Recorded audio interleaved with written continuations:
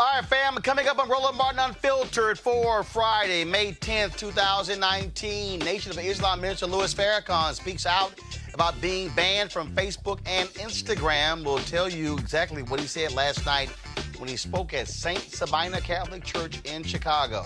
A Rio Vista, California police officer body slams a woman during a routine traffic stop.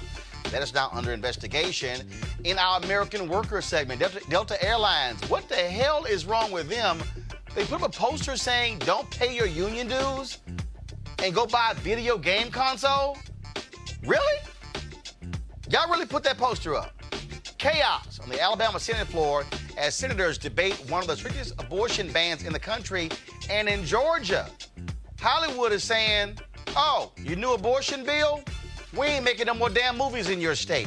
We'll tell you who has made that announcement. Also, I talked with the former Tallahassee mayor and gubernatorial candidate Andrew Gillum. We talked about voting.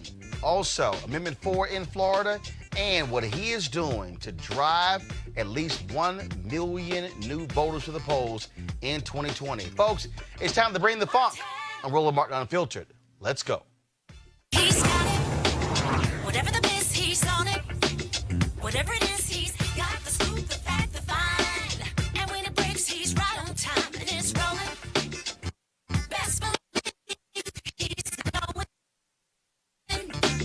Putting it down from sports to news to politics. With entertainment just for kicks, he's rolling. It's on go, y'all. It's Roland Martin, yeah. Rolling with Roland now. He's funky, he's fresh, he's real, the best, you know he's Roland Martin now.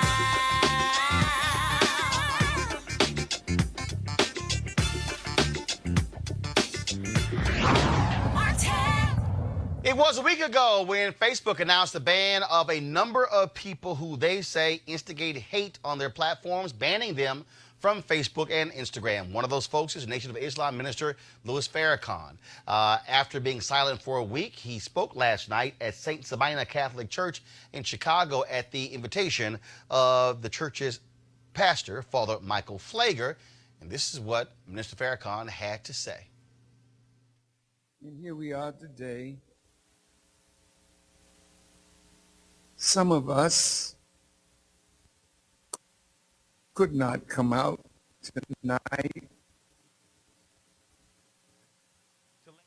because they did not wish to be censured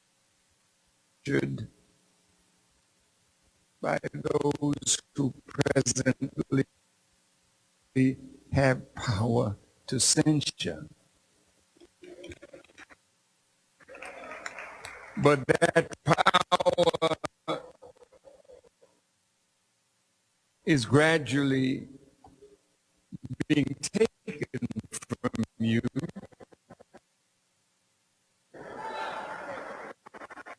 All right, folks, we have an issue with our video playback. So what I'm going to do is we're going to do an end around, so I'll work on that in just 1 second.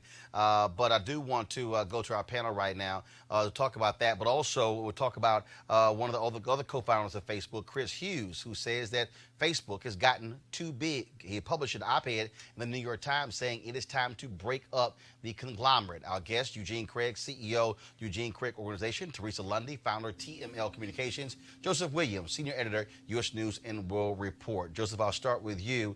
Lots of drama. First of all, Facebook is preparing for a major fine from the Federal Trade Commission. Some say it could be as high as $5 billion. They've had privacy issues. They've been, of course, allowing third-party companies to see users' data. And so on this ban of different individuals who they say incite hate, which includes Alex Jones and others, they're now also having one of the founders saying they have gotten too big. And then you have people like Elizabeth Warren and others who on the road saying, well, on the campaign trail saying that Facebook is too big. Do you believe that with Republicans and Democrats, both of them criticizing Facebook, we're moving towards it actually happening? I think we are, because we have both sides doing that. And in response to a lot of what has happened, you not only had the sharing of information, the political shenanigans from 2016. You also had the data breach that happened, where not only did Facebook share its data with Cambridge Analytica and some other people, they also got hacked, and users' information was spread far and wide. So I think it is time to break up big tech, but the question is what comes next and how do you do it? And the issue, Teresa, we're dealing with is, like, even when you're talking about what has happened, how Facebook has been such a disruptor. First and foremost, when you look at how they've obliterated the media industry, when you combine the digital dollars of advertising, literally 60 to 70% of all digital dollars going to Facebook, as well as Google, which owns YouTube, other platforms. And when you look at just the massive amounts of data they have here, Facebook has not done itself many favors with how they've responded to lots of this drama. I think Facebook is responding the way new startup companies are responding, which means for me and many others, they're not really taking in context the amount of opportunity that it is with other medium outlets. So I don't think they followed the blueprint with Google, with YouTube, because a lot of YouTube is obviously content creation. Same thing Facebook is, but it's also allowing users to now write the blog posts. So what does that mean? They're now taken away from WordPress, right? Which WordPress, that website was essentially established to do blogging. And so what I think, outside of having a young millennial CEO, is that when we encounter some of these situations that Facebook is having, their response time is it's not working for the public at large. It's very directed, and it feels like it's being attacked. And I think if they came out and actually started to support organizations a little more, they did recently with the Giving Tuesday. So Giving Tuesday, nonprofits have the opportunity every Tuesday to upload, ask users to upload and support. But an issue with that is Facebook doesn't recognize a lot of smaller nonprofits. They recognize the larger ones. So again, if I was on the Facebook strategy team, I would probably tell them that they need to invest in more community dialogues and conversations and really start having those focus groups again to see what the people want and how the people could stand with them, further as it relates to controversy that they obviously is going to happen. Hopefully, I think we have the video file ready right now. So here's Minister Farrakhan in Chicago. All right, so we don't have the video file. So Eugene, go right ahead, and I'm going to go ahead and try to play it from here. The thing is this. What you see in Facebook is what happens when you have a company that experiences consecutive years of hypergrowth and prioritizes growth over everything. Do I think Facebook needs to be broken up? No. I'm not a proponent of government coming in and deciding how big a company should be. Yeah, but the reality is we have history already. Look, Teddy Roosevelt broke up major companies because they had gotten to the point they were such large monopolies that it was the whole trust, all the different trusts. We went to we have the reason we have antitrust laws today. But when looking at particularly Facebook, I mean, you're seeing Facebook's a unique case where you had a company that experienced hypergrowth, has been a disruptor, and now is becoming the establishment. The issue, I think the bigger issue with Facebook is that, they're seeking to, on one end you have, folk that are calling for the breakup. On the other end, you have them sitting down with Facebook's lobbyists to write the rules for the rest of the game. I don't think breaking up Facebook is going to fix that particular problem, where Facebook has now become essentially the establishment. With the, So that's like lobbying 101, though, right? It is lobbying 101. Once you become big enough, then you write the rules. Help to write the rules. I mean, to a degree, you can consider Facebook and Twitter and a lot of the big social platforms banks by a new name. They're, instead of coming cash, the new currency is data, and they have it all. Hold tight 1 second. So I'm going to go ahead and play this video of Minister Farrakhan last night. Guys, go ahead. I don't have no army. I just know the truth. Here to separate the good Jews from the satanic Jews. Yes, yes, yes! This is just the beginning, banning me from a social platform.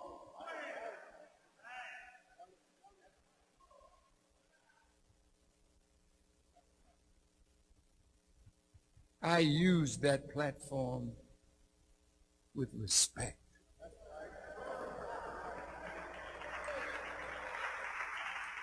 I never allowed those who follow me to become vile as those who speak evil of us.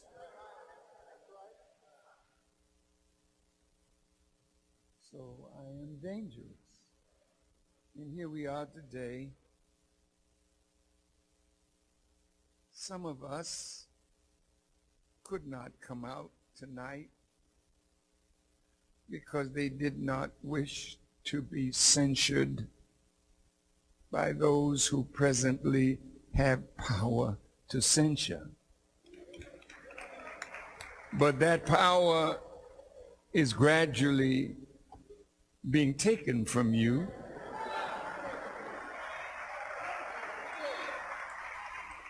And I am so grateful to God that he made me an instrument to bring that end of your wicked system of injustice. Jesus said, I give you this day 2 commandments. And if we focused on those 2 commandments, we can walk through what's happening with Facebook and Instagram and Twitter and the hatred that is shown toward me. If you could dig into those 2 commandments, you can overcome the disease of envy that keeps us divided against each other. I have not said one word of hate. I do not hate Jewish people.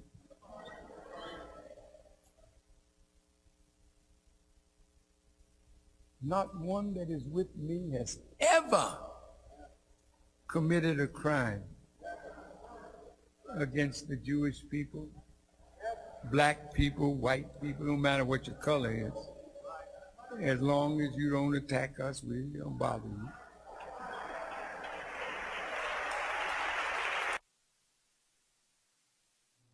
All right, folks, that was the interview there. Again, what is interesting here is Facebook still has not fully explained how they arrived at that decision to ban individuals. I think, look, yes, you can make that call, but it's still worthy of an explanation. Yeah. So you know what crosses the line. I mean, I'll say this. I think with a lot of the other... Or is this like porn in the Supreme Court? You know it when you see it. Right. Yeah, I think in this particular case, I think that with most of the individuals on that list, like Alex Jones and others, it's kind of cut and dry.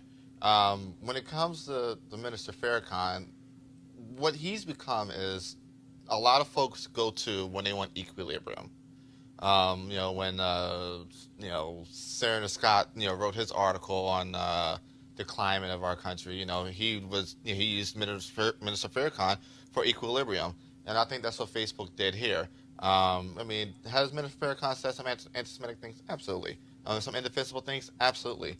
But if there was a way to scale, I think, if I'm looking at a Jacob Worrell or a Alex Jones or some of these other far-right individuals who, are just pure white supremacists in their blood, cut and dry, I don't know if I necessarily put them on the same levels as Minister Farrakhan, but I think this is Facebook looking for some level of equilibrium. You got to think about this, put in further perspective. This time last year, Facebook was sitting down with folk on the right, about quote-unquote conservative censorship. So it's not as if Facebook hasn't taking the opportunity or bended the knee to the conservative movement and their bemoans. But see, I don't know. I mean, you're absolutely right that Farrakhan's a complex picture, but the lack of a clear and decisive standard, I think, is going to bite them in the end. I agree. I mean, I don't think that you can just kind of toss Minister Farrakhan on the pile and call it a day. I mean, and at the end of the day, I mean, he's done He's a very complex figure, and he has advocating for African Americans and not against white people per se. I mean, he's not commanding his people to go out and kill. You know, and I think that part of what Facebook is facing here, I mean, not only in trying to bring some equilibrium here, but their lack of a clear standard. If he decided to sue, I mean, you know, it's well, I mean, I will say this: even if he decided to sue, I don't think, you know, the First Amendment doesn't apply to private companies. No, but there again we get the argument about how powerful Facebook right, has and that's become. the piece. And Right, so it's reached the point that you might be a private company, but you control so much of the discourse and so much of this communication landscape. That's why there are people who are saying that a Facebook or a Google, they are damn near getting close to being a utility. Yeah. Well, and there's a lot of talk about that, regulating as a utility.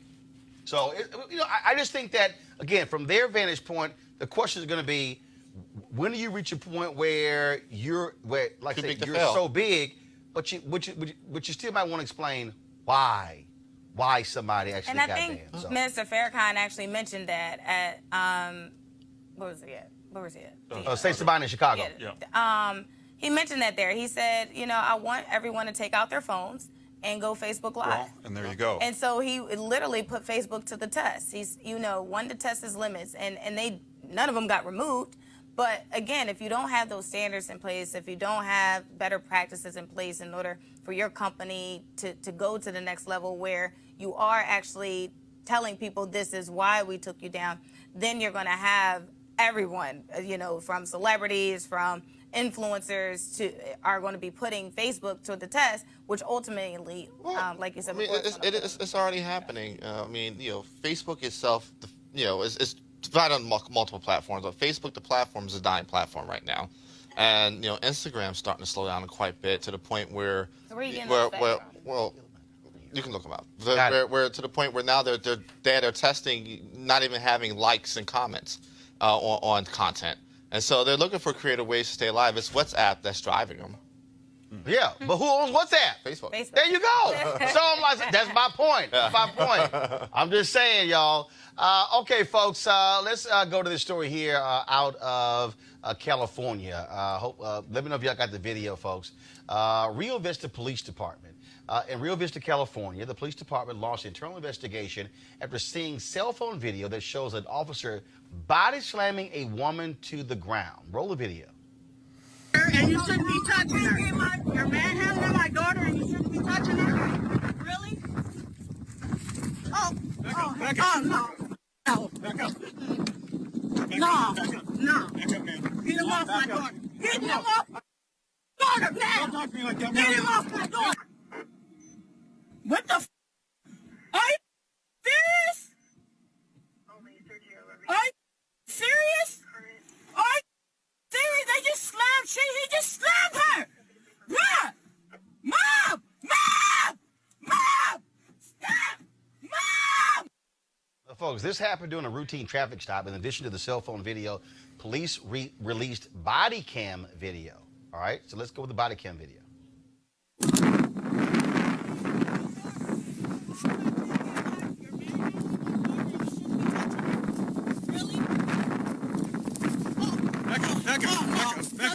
Back up. No. Get him off my daughter. Get him off my fucking daughter now. Don't talk to me like that, man. Get him off my daughter. No. Get him. No, you're not. Don't. All right, now, but see, this is one of the things that I keep saying, okay? I want you to roll that again, but here's the piece. You hear the cop say it, don't talk to me like that. Right. I'm sorry. First of all, there's nothing that says a cop can't get cussed out, all right?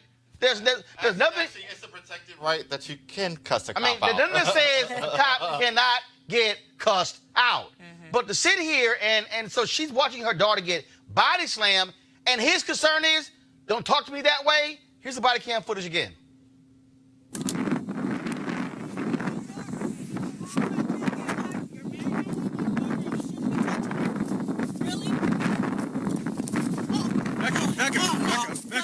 Back up. No. Get him off my daughter. Get him off my my fucking daughter now! Don't talk to me like that, man. Get him off my daughter! Now! Get him. No, you're not. Don't do it. Now, clearly, we showed you 3 different videos, and so I guess there was another woman who was in the police car. Yeah. Because it appeared to be she's That's in the him. car, Or- and so I guess she was recording, and there was a police computer there, Yep. and you see one of the guns there.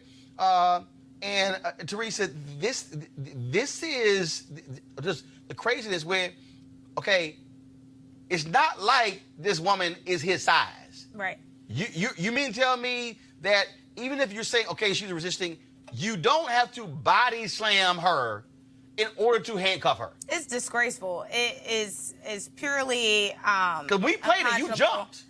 I was disgusted. Well, I felt like I was in it, like, because it can happen to any of us at any time. She's getting pulled over for a traffic stop. I could be pulled over just for jaywalking across the street, right? And the same situation could have happened. Gratefully, no guns were pulled. But that's Small favor. I mean, but obviously there needs to be, I think, and I've always said this since the beginning, a departmental training where training and consequences where, if situations like this happen, then there needs to be some sort of, I don't know, take away from their pension or something so they can get the understanding that this is not allowed. I'll let you go, John. No, well, I'm just saying that training is a key, right? And we have seen this before. How many times? When I saw this, I was like, okay, stack this one with the other ones. I mean, just put it over here. But the problem, you put your finger on it, Teresa, is that training is not where it should be. I mean, anytime a situation with a woman who is clearly half his size gets out of control, you are poorly trained, and you're not handling the situation. I don't think it's training. Let me tell you something.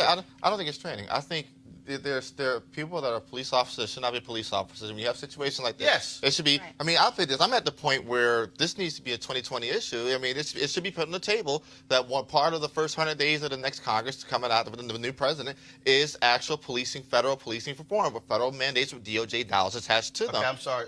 You do know who's in the White House. I know. Well, I said after the next, After with the next 2020. president, Yeah. with the Yeah, next okay. president, Just with wanna the make- next president. Got to make sure. But with the next, I'm sorry, with the next Democratic president. next time, well, hopefully Kamala Harris. Because you ain't getting a damn thing from the Republicans. But go ahead. But the thing is this.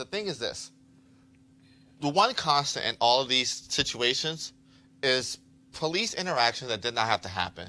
There has to be a transformation in this country of what happens with police. There needs to be there's routine. There should be no such thing as a routine traffic stop. I think the scope of what police should be able to stop you for needs to be extremely narrowed down. No more. I mean, it's something.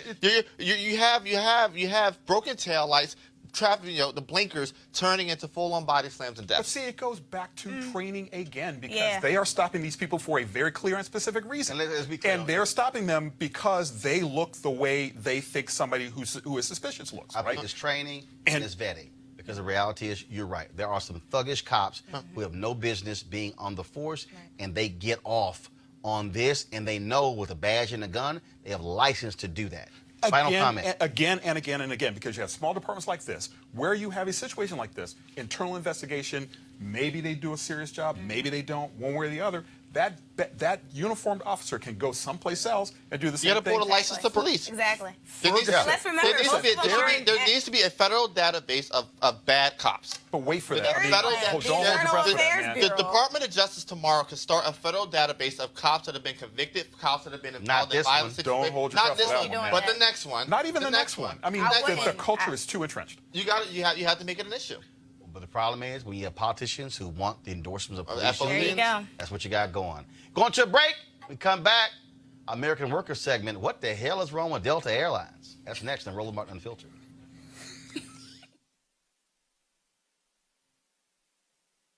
You want to check out Roland Martin Unfiltered?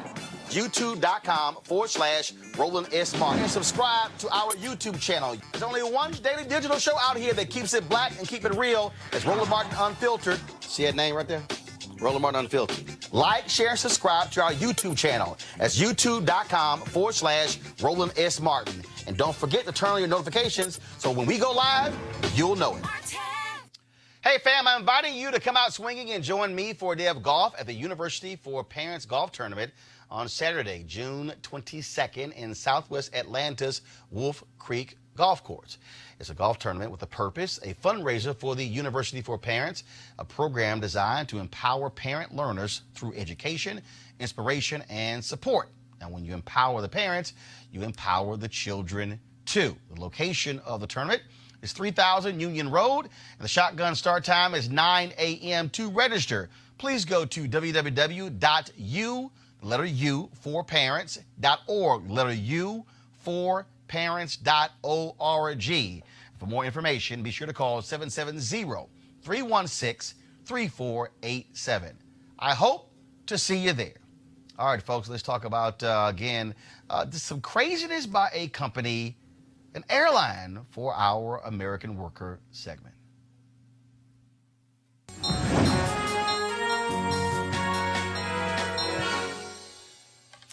And, of course, look at Ask Me. They are the sponsor of this segment. So check this out. Delta Airlines sent out flyers encouraging their employees to spend their money on a gaming console instead of union dues. Yeah. Delta has a website called Don't Risk It, Don't Sign It, that advises employees against signing their union card. Do we have the poster? This is the poster they actually made, y'all. They spent money on this poster. Union dues cost around $700 a year. And it says a new video game system with the latest hits sounds like fun. Put your money towards that instead of paying dues to the union. Delta should smack the hell out of the dumbass who literally thought of this, who used money to print it and then post it. Or who hired the PR firm that did that work. Nah, that looks internal. I don't think that's that's somebody that's out of touch with the culture right there. There are a lot of things you can spend $700 other than a off-brand games. But you're saying, well, now, hold on, wait a minute. So you want me to not pay my union dues, and your idea is a gaming console when the people who are in a union are trying to get pay increases or healthcare increases, and you're saying, yeah, just play video games.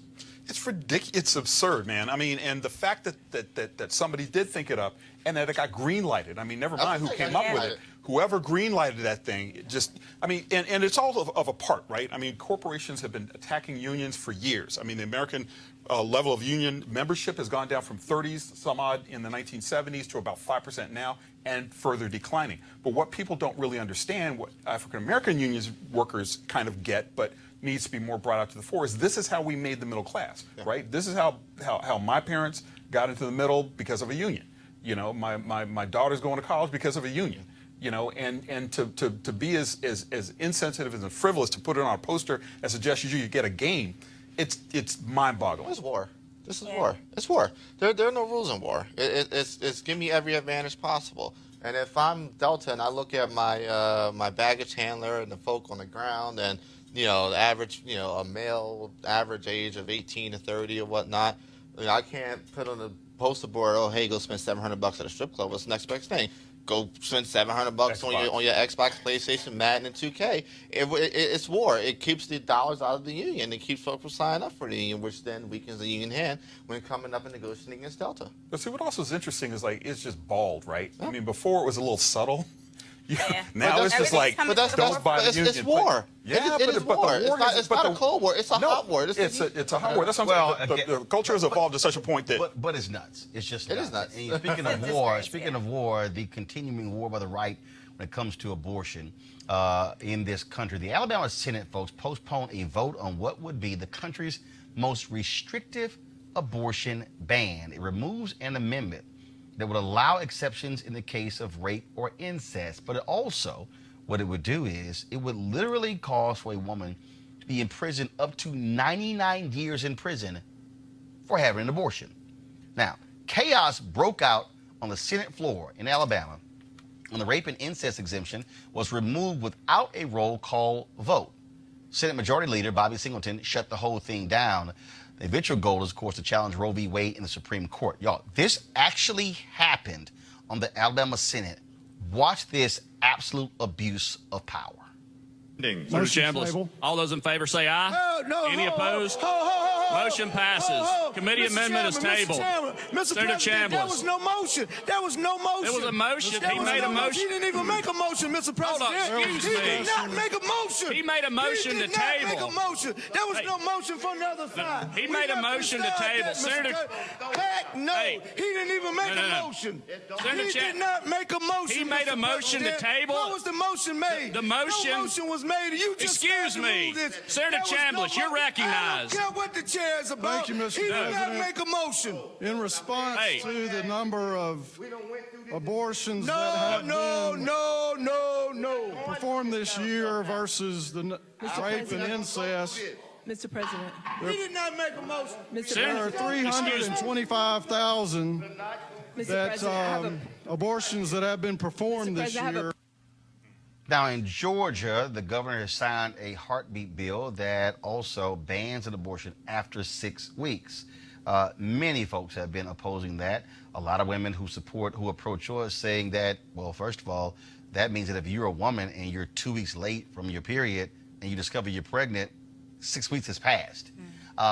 3 Hollywood production companies, they've announced, David Simon, of course, the creator of The Wire, and 2 others, they've announced they will not be doing any movie productions in Georgia. Actress Elisa Milano was in Georgia protesting this bill before it was actually passed and signed into law, and many other Hollywood folks as well. Georgia makes a lot of money each year off of Hollywood productions. The question is, will it have an impact? Go to our panel here. The Alabama governor has been very clear. He wants this law in Alabama passed.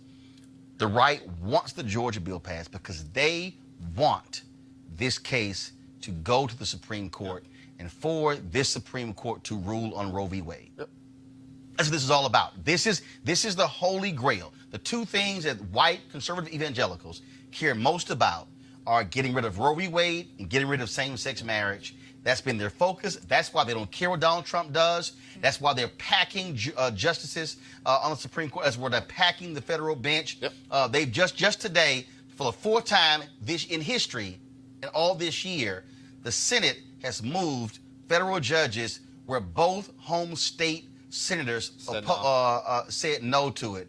And all 4 have happened this year. They don't care. They are in a hurry to put as many far-right federal judges in order to affirm these laws. Yeah, the thing is this, and you know, I have some folk already questioning my conservative credentials, but the thing is this: I think day one of the next Congress with a new Democrat president, there needs to be an expansion of the Supreme Court. Day one. These cases aren't going to make it to the Supreme Court within the next 2 years. It's just the way the court's set up. Take maybe 80 cases a year or something like that. These cases aren't going to be in the next batch. So which means they're going to get pushed into 2021. On day one, whoever's Joe Biden, Kamala Harris, whoever, day one, the first thing after the cabinet's approved and confirmed, the very next thing, you need to throw another 5, 6, 7 justices up there. The Constitution does not limit our Supreme Court to Go from 9 to 14? You go to 9 to 14, 9 to 16, 9 to 20. I don't care. But I think that when it comes to the interests of women, the interests of black people, the interests of the future majority of this country, you need a Supreme Court up there that's going to protect those interests. Teresa, again, this is all white conservative evangelicals care about. Yeah, it is. And kudos to that elected official who actually spoke out. And I'm glad that obviously it was on camera, you know, because more of this needs to be shown to the forefront. First of all, before you continue, there are only 4 women who are in the Alabama Senate. They're all Democrats. So on the Republican side, there are no Republican women in the Alabama Senate. And so when these decisions are made, as such, there's no room for. There are white men making the decisions. Yes. Again, there's All no white men. pro-choice. It's crazy. There's no pro-choice. There's no Probably can decisions. benefit There's no from consideration. Right, and they probably do benefit from abortion. I mean, you just had a doctor there on the stand saying, you know, I performed X amount of abortions. Then just change your profession, become a gynecologist. You know, but for him to kind of just be, you know, like that was kind of like their focal point as it relates to the other conversations when it passed. I think, you know, that this was a telling moment, and now it's like, okay, so now what other states going to do, seeing this injustice happen? Joseph, money. If you're Georgia and all of a sudden you start losing billions of dollars because Hollywood pulls out, the question then becomes, will you see that pressure applied to other companies saying don't relocate your industries there. The question then becomes, of the industries that are already there, will people be bold enough to say fine and start boycotting those products? You got Coca-Cola, Ken and Coca-Cola sitting right there. Yep. I mean, look, this is really what you're going to. But again, this is the battle, because since Roe v. Wade was decided, this has been the one thing that white conservative evangelicals, this is what they care about the most. And they have a guy in the White House who frankly supported abortion rights, who was pro-choice, but now he doesn't give a damn, and he's giving them whatever they want. That was then, this is now, right? And let's not forget the confirmation hearings for Justice Neil Gorsuch and Justice Brett Kavanaugh were very much centered tacitly and sometimes openly on abortion, right? This is what they're there for. And it's all they're there for. It's all they're there for. And two things that occurred to me when I was seeing that tape. The first was North Carolina, which took a really big hit over the bathroom bill, brought the state basically economic pain, in a major way. Same thing in Indiana. When Pence tried to sign a bathroom bill, they passed it. Folks said, we're going to pull our business. They had to modify it. NCAA, exactly. And North Carolina lost the Super Bowl, and it lost a number, I think. NBA All-Star game as well. Exactly. So there is some economic pain coming Georgia's way, right? That's the first thing I thought about. The second thing I thought about was Arkansas. You rolled a tape maybe 3 or 4 months ago about the senator who stood up against the Stand Your Ground bill. Just gave them hell. Black woman just gave them hell, said, y'all don't know what you're talking about. Yep. Black men are going to die because of this. She stood up, she stood firm, and we have another example here. The question is, are they going to get the support they need? These black people kind of see what's going on. Yeah. Are they going to get the support that they need? And in calling them out, is more pressure going to be applied to these lawmakers who try to do these things in the first place? All right, well, folks, we'll see exactly what happens there. All right, folks, earlier today, I sat down with a former Tallahassee mayor and gubernatorial candidate, Andrew Gillum. We talked about the issue of voting. Also, again, Florida's Amendment 4 and his plan to register 1 million folks for 2020. We also talked about what Democrats should be doing to specifically, those running for president, to specifically target black men. Here is our conversation.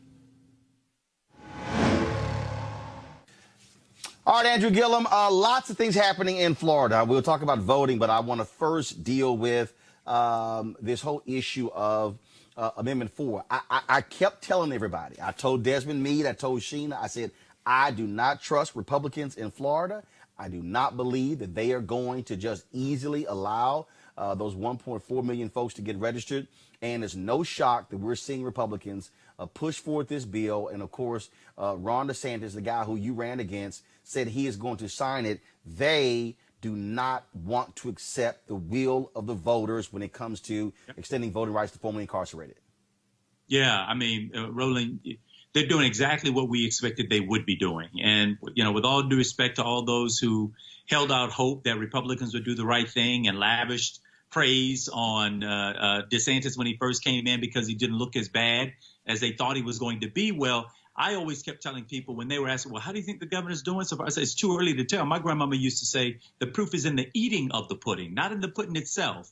So he's got to make his way through a legislative session. We don't know what kind of bills are going to end up on his desk, and we certainly don't know what they're going to do with them, right? So everything from now arming teachers to ripping away money from the public education system to the shredding, in my opinion, of Amendment 4 by adding what is equivalent to what I believe is a poll tax, by adding fines, fees, restitutions as a condition of being able to get out there and register to have your rights again. Now, Roland, in the state of Florida, in order to make it onto the ballot, a constitutional amendment to make it onto the ballot, the language must be approved by the Florida Supreme Court. And they go meticulously through every line, every sentence, making sure the intent is extremely clear to the voter, making sure that there's only a single issue. Well, in this case, they went through that process. And Roland, nowhere in the language was there a requirement for court fines and fees to be added as a condition in order to have your rights restored. So the Republicans, wanting to keep that 1.4 million people from being added to the rolls, basically added what is equivalent to a poll tax. And if we are to believe the Brennan Center for Justice's report, which basically said that when those fees and fines are added as a condition for reentry into society, that only 3% of those former felons are actually going to be able to meet that barrier. So if those numbers are to be imposed on Florida's 1.4 million, you're talking about 97% of the people basically not being able to participate in the process. And that's a nullification of Amendment 4. Amendment 4 got more votes than I got. It got more votes than the governor got. It got 65% support of the people of the state of Florida. And yet, in broad daylight, they have undermined the will of the voters, adding a poll tax, which we got rid of in the 1800s. But it's no shock, because if you look at Utah, if you look at Wyoming, you look at, I think, Montana, if you look at Michigan, there are multiple states where there have been voter initiatives. Missouri, where the voters have passed initiatives, and Republican state legislatures and governors have said, we don't care, we're going to undo what you, the voters, actually just voted for. Yeah, listen, man, this is naked politics. This session in Florida, and we've seen this all over the country. You saw it after the Democrats won in Wisconsin and Michigan. The lame duck Republican legislatures then worked overtime to undermine people's access to the ballot box. This is only about power. It's not about democracy. It's not about the Constitution. It's not about enforcing the will of the voters. This is about how do you concentrate as much power as you can, especially before the decennial census and the redistricting and the redrawing of lines, so that you can maintain political power for as long as you possibly can, right? So that's what they're doing. Let's not make any bones or mistakes about it. And what we've got to be doing is being equally, frankly, vicious about our defense of the Constitution, which is why it is my hope. One, I'm holding out hope. Maybe Governor DeSantis and some of his friends may be able to prevail on him, that this is not in the best interest of the state of Florida, and maybe even his own political interests. Recall, Roland, that maybe upwards of 60% of these folks are white people. All of these folks that are getting their rights back are not necessarily going to be Democrats. We don't know that yet. We're in favor of it because it's the right thing to do. That's why Democrats are in favor of it. But what they're saying, because after January 8th, and they saw that the surge of people registering were black men coming out of supervisors of elections office saying, for the first time in my life, I feel seen. For the first time in my life, I feel heard. And it terrified them. And so for whatever gain they can possibly get from re-enfranchising those people, they don't want to take the risk of also us adding new people to the role that can create an X factor and throw in jeopardy their majorities. Well, this is why I have been trying to make this argument to civil rights groups and others that we have to expand this conversation when we talk about voting rights. I believe, and look, rightfully so, fully understanding Voting Rights Act 1965, understanding the impact, where African Americans have stood on this whole issue of voting rights.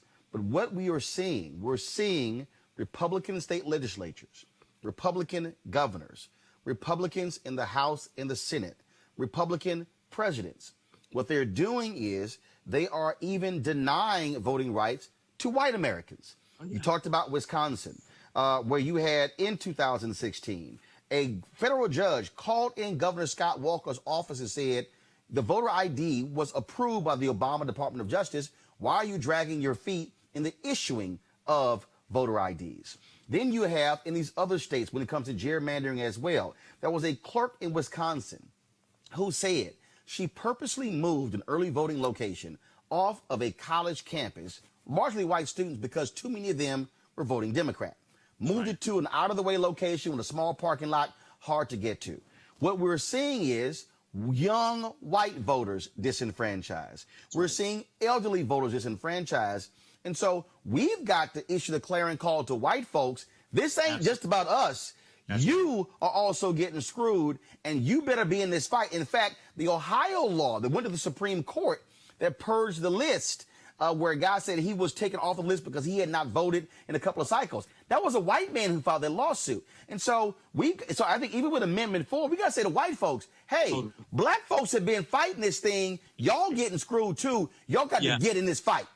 Yeah, it's interesting you mentioned that, Roland. I testified earlier this week at a field hearing that Chairwoman Marcia Fudge held down in Broward County at the start of the week. And Congressman Alcee Hastings was there. And I mean, the man is the dean of the Florida of the Florida delegation and knows well these tactics. He said in front of that committee room, listen, black people for 200 years, add to it 400 years, have had to deal with these kinds of struggle after struggle, suppression, marginalization, being discounted in the process, he said, we're going to persist. But this impacts also white voters, as you have already indicated. Do you know that it was Parkland, Florida, a pretty white area of the state of Florida, obviously where the Marjorie Stoneman Douglas shooting took place? It was the 18 to 25-year-olds whose vote rejection rate was higher than any other area in the state. These were young white voters who had, the suppressive tactics of the right come down on them. Mm-hmm. It is the Florida legislature. It was us,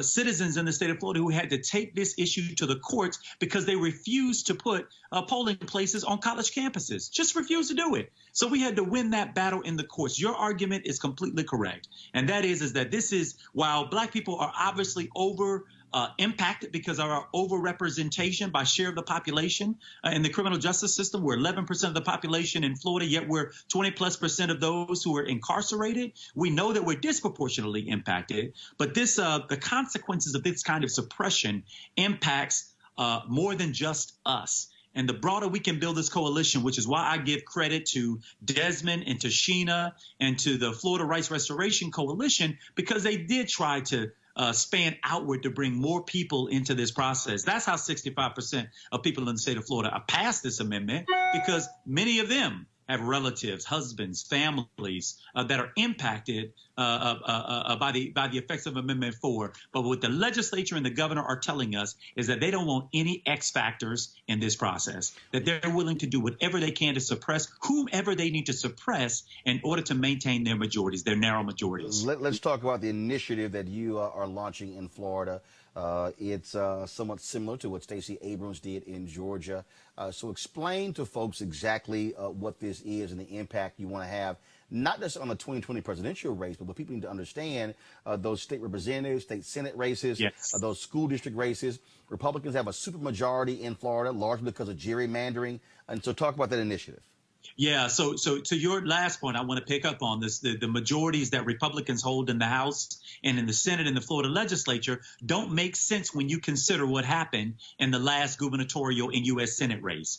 Bill Nelson lost his seat by 10,000 votes out of 8.3 million votes cast. My race for governor came down to 33,000 votes out of 8.3 million votes cast. Now, how is it that you can have margins that are within 0.4% difference and below, yet the Republican legislature have 70, of the House members of 120 legislature are Republicans? It just doesn't make sense. That is a function of the kind of work that Attorney General Holder is leading right now around this redistricting effort. These are elected officials choosing their voters rather than the voters choosing their elected officials. And so coming off of my race, where again, 33,000 vote difference with 85,000 votes that didn't get counted, ballots rejected over the state of Florida because of signature mismatch, where the W in your signature didn't match the W in your signature from a year ago, and an untrained person looks at your signature and decides that they're going to invalidate your constitutional right based off of that, right? Federal judges were very clear in the recount process that Florida needed to change that law and that it needed to get a cure process in place that was universal across the state of Florida. So they've already got the law on their side, right? Now what we've got to do in Florida is we've got to get back to our basics. We got to get back into our communities, back into our neighborhoods, talking to our voters further out than 6 weeks before an election, so that they know that we're there with them in election cycles and outside of election cycles. And so what we've committed to is registering 1 million voters in the state of Florida. Now, without the 1.4 million former felons returning citizens, we got 4 million eligible unregistered voters in the state of Florida. 4 million? Right? 4 million eligible unregistered in the state of Florida, right? And so you add to that the returning citizens, we got a lot of runway for getting our numbers up. When Barack Obama was on the ballot in Florida in 2008, Democrats had a registration advantage over Republicans of over 700,000 more registered Ds than ours. When I was on the ballot 10 years later, that registration advantage has shrunk to around 250,000 Democratic registration advantage. And at the same time, white 65 and older white voters migrating into the state shifted who votes and the type of voter that's showing up in our election, a more conservative voter, more Midwestern voters. So when Obama was on the ballot in 2008, 65 and older white voters represented 21% of the total vote share.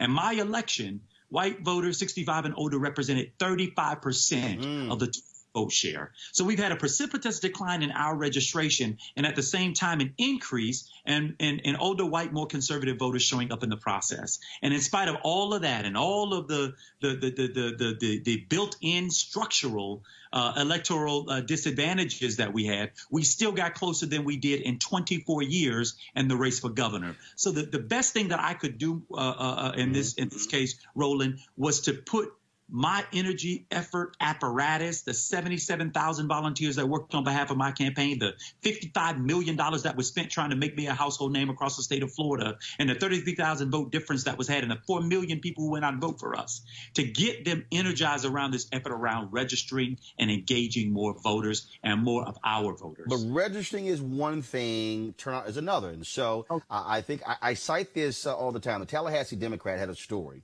that showed how Ron DeSantis won over you.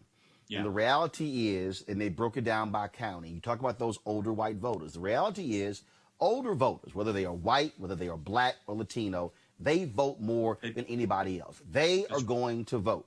It's trying to get those folks who are 18 to 49 to understand the power of voting. And when you look at that particular chart, I would dare say, and I was trying to pull it up while you were talking, the first 12 counties, red. Yep. 70+%, 69, 68. When you got down to Miami-Dade and Broward, 57. And I have said numerous times, had Miami-Dade and Broward turned out at 70%, you're the governor. It's all over, but you're right. So listen, we know that everybody who's registered to vote doesn't necessarily vote, but it certainly helps to have more marbles on the table so that if a few roll off, it doesn't cost you the whole election. And so my only point was, and by the way, I want to give credit to many of the groups that were out there doing this work. We were expected to have 6.1 million people vote in this gubernatorial election if it kept track with what the previous trends of every 4-year gubernatorial cycles were like. Well, in this race, we came close to presidential levels. We came close to the same numbers Obama turned out in 2008. We had 8.3 million people vote, and I think he may have had 8.6 million people. So we reached presidential level turnout in the midterm election, a gubernatorial race, more than 2 million more voters than were expected. Young voters doubled their numbers. Black voters, for the first time in the history of this state, voted their share of the population. The problem is, let's get really granular about this. Right. In precincts where I won 65% of the vote or more, compared to precincts where DeSantis won 65% of the vote or more, his precincts turned out 10 points higher than my precincts. So even in communities where we have a propensity for voting and the numbers exist there, we still didn't maximize the turnout. We didn't have to close a 10-point gap in those areas. We needed a 2-point gap closing in those areas. And that's why I think we talking about being as granular. Earlier you talked about precinct by precinct. I think what happens is a lot of people get consumed by, oh, young voter turnout was this or black vote turnout was this. It's like, no. It's not the percentage. It's the numbers. Yes. It's the people who were voting. How many are you turning out? And you have to go precinct by precinct. You have to say, okay, in this precinct, there are 700 registered voters. How many of the 700 voted? If that's one of your areas, it doesn't matter if you got 65, 35, 70, 30, 80, 20 in that precinct. If they had 700 registered voters and only 300 voted, it doesn't matter if you got 70 of the 300. What you needed was 70 of 500 or 550. That's right. And Roland, so we're now at the level that we're talking with regard to the effort that we're undertaking. The reason I say register, engage, and win as the motto for this effort is because I recognize that registration is just the beginning of the conversation, right? Not the end of the conversation. The more important thing is that usually we're not having this conversation, a year and a half out from the election. Right. we're in the race to do this in the final month. Right. These people ain't heard from us. They haven't seen us in that period of time. And so what I'm trying to convince national donors and donors in my state is we're going to spend $1 billion trying to beat, Trump. This election cycle, we're going to spend that much money. Wouldn't it be smarter to spend early, to do the difficult work of democracy in a time frame that respects the voter, that doesn't expect them to turn tricks at the last minute after a nominee has been selected when you haven't talked to them over that period of time. So we've engaged now over 30 groups on the ground who are our partners in this work, who are committed to deeper level engagement. For every one of those million voters that we bring into our database, we're going to track those folks. We're going to geo-target them. When they open up their social media, they're going to see ads from us that are harder hitting ads. It's why my focus has been on raising 501c4 dollars and not just C3 dollars. Right. Because time is out for going into the Latin community and talking about it's your civic right and obligation to register to vote. When Trump is out there telling them we're going to put troops on Maduro and that we're going to bring down the regime, and speaking very, very plainly and politically to them about why it is in their interest to vote for him. We've got to be able to raise the kind of money that allows us to speak politically, hardcore. So while Donald Trump is out there saber rattling for Venezuelans, he has yet to extend TPS to Venezuelans who are fleeing the Maduro regime coming into Florida. So if he means to protect you, then let's hold him accountable for doing that. But who's going to tell that story? Who's going to communicate with the voters after we register them to let them know that this guy is not for you? He's for making you a prop in his rally, but he's not complementing that with the public policy that makes you whole, that sees you, that will represent and respect you when they hold office. So the totality of this work is registration, engagement, and then we turn them out to win, not just for 2020, but beyond 2020. I want to run this by you. There was a 9-point gap between black women and black men who voted for Donald Trump and Hillary Clinton. But there was a 9-point gap between black men and black women who voted for Obama and Mitt Romney. And what I've said granted, Democrats, look, they need black votes. Bottom line is they need black votes. Just like Republicans need white conservative evangelical votes. And so I'm saying that because folks want to always say, oh, black folks, why y'all just give your vote away? Well, guess what? White conservative evangelicals don't act like that they're voting their interest. Black people are voting their interest as well. That's right. But I've said this to several presidential candidates. You should be holding black male specific town halls. I said you should be having discussions because, see, here's the deal. We're two black men talking. I totally understand all the conversation about black girl magic and the impact of black women. But when Doug Jones ran in Alabama, he got a lot of black men who voted. And it wasn't just black women who voted. And we talk about the same thing, Mike Espy, when he ran in Mississippi, black men voting as well. And so I do not disagree with the targeting of black women. But what I will say to a candidate, they should be saying, what is it about black men that we're not getting and why there's a gap? Your thoughts on that? Listen, Roland, you won't get an argument from me on that. All due respect to the tremendous electoral power of black women. Black men also have a tremendous electoral power when you organize and you engage us and you talk to us about the issues that matter most to us. Talk to us about the wage gap that exists for us. Talk to us about what it means to get access to small business loans that allows us to turn our dreams of owning a business into a reality. Talk to us about the over prosecution rates in our community and the way in which so many of us are targeted. We do have to begin to engage this thing, and that's why I have never bought, and if I had advice to any of them running for president who are avoiding having a conversation around what your black agenda looks like, I would ask them to revisit that and to do it in a hurry. This idea that the rising tide lifts all boats, when we know that if that were true, the kind of disproportionate inequality that we see in the system wouldn't exist if the rising tide truly lifts all boats. Some of those boats are tethered to the ground. And many of those boats that are tethered to the ground are holding black men and black women in them. And so how is it that we're going to structure a system that sees them and that reflects the needs of those communities? And if we I just saw they did in Texas, your home, on your stomping ground, the women of color. President's Reform.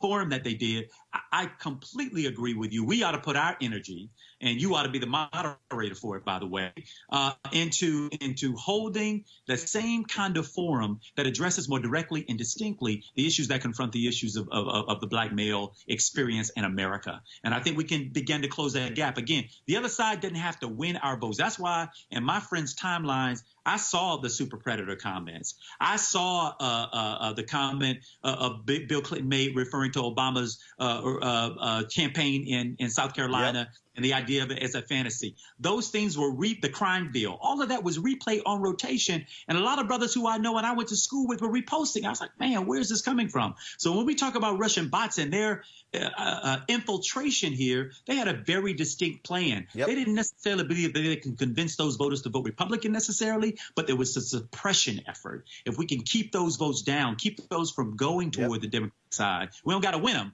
But the truth is we got to lose them less. And that means keeping some of us out of the arena. If we do that, I think it could play a very, very tremendous role in helping to motivate more men of color to participate. Well, I'll tell you what, Andrew, when it comes to this issue of voting and mobilization, it is about fighting, is understanding public policy. And what I keep telling people, I've never self-identified as a Democrat or Republican. I look at issues. And the reality is when you look at the issues that are being driven by Donald Trump, driven by Republican state legislatures, it has a negative impact on African Americans and obviously the Republicans. That's why you're not going to get black votes. But we've also got to just connect the dots to people to get them to understand how all these things are interrelated and how it impacts their life, as opposed to them saying, "Oh, I don't really. This really doesn't matter to me." When in fact, every single decision impacts them in a unique way.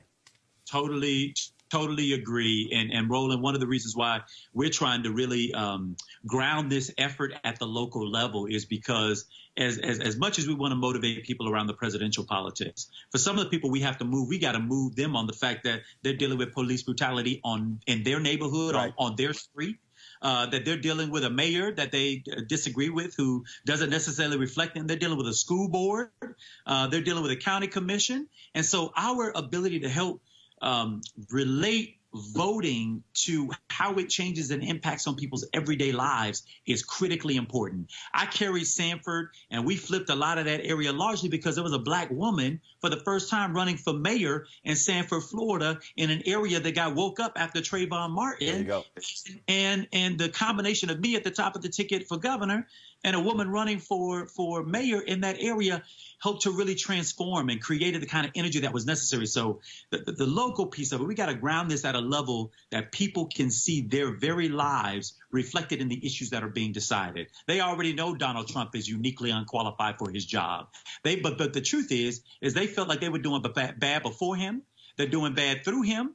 And they don't necessarily believe that they're going to do better whichever way it goes, Democrat or Republican on the other side. So we've got to now convince them that is not true and that we got the policies to answer those questions for them. All right. Andrew Gillum, I appreciate it, man. Thanks a lot. Thank you, brother. Wishing you well, man. Keep the voice loud. Will do.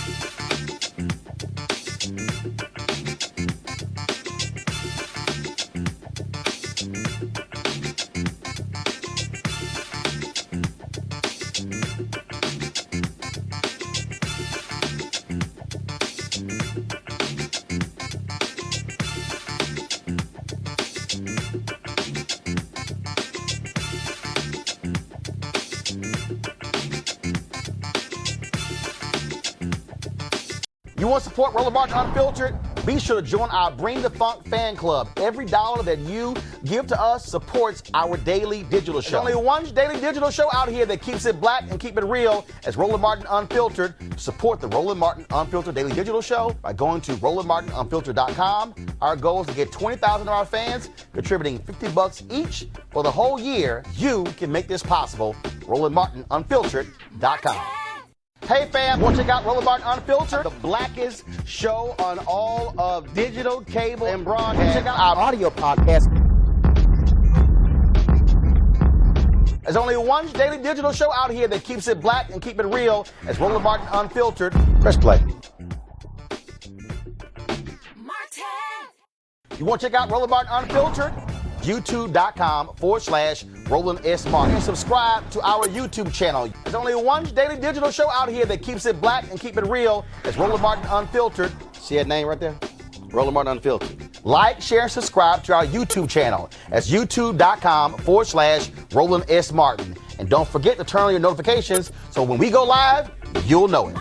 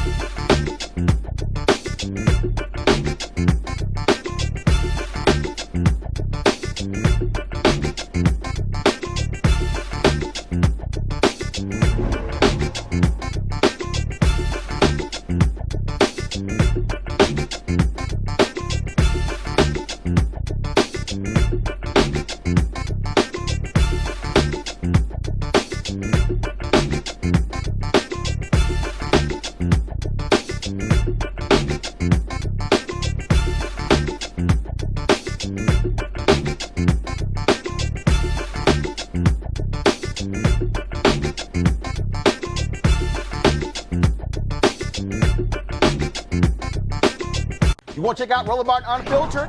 YouTube.com/Roland S. Martin. And subscribe to our YouTube channel. There's only one daily digital show out here that keeps it black and keep it real. It's Roland Martin Unfiltered. See that name right there? Roland Martin Unfiltered. Like, share, and subscribe to our YouTube channel. That's youtube.com/Roland S. Martin. And don't forget to turn on your notifications so when we go live, you'll know it. You want to support Roland Martin Unfiltered?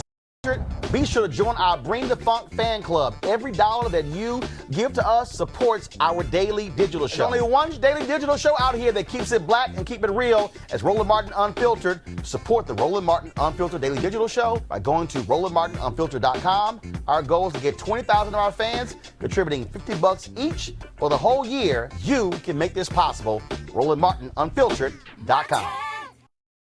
Hey fam, want to check out Roland Martin Unfiltered, the blackest show on all of digital, cable, and broadcast. Check out our audio podcast. There's only one daily digital show out here that keeps it black and keep it real as Roland Martin Unfiltered. Press play.